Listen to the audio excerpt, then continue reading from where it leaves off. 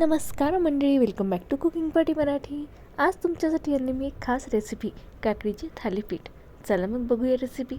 याच्यासाठी सगळ्यात आधी मी 3 काकड्या सोलून आणि किसून घेतलेल्या आहे। आता यामध्ये आपण घालूया आपले मसाले। यात मी घातला आहे मीठ, त्यासोबत अर्धा चमचा तिखट, त्यासोबत हळद आणि थोडंसं धने पावडर। त्यानंतर यामध्ये मी घातली आहे तीळ आणि त्यासोबत घातला आहे ओवा। हे सगळं साहित्य घातल्यानंतर यामध्ये आपण घालूया बारीक चिरलेली कोथिंबीर आणि कढीपत्ता। छानपैकी आता यामध्ये घालूया 1 चम्मच घट्ट दही, थोडं आंबट दही घातलं आहे मी आणि थोडी अद्रक लसणची पेस्ट घालून हे सगळे जिन्नस एकत्र करून घेतलेलं आहे। आता यामध्ये घालूया 2 वाट्या इतकं गव्हाचं पीठ, त्याचसोबत 2 चमचे तांदळाचं पीठ आणि 1 चमचा इतकं बेसन। सगळं असं मस्तपैकी घट्ट एकत्र करून घ्यायचं।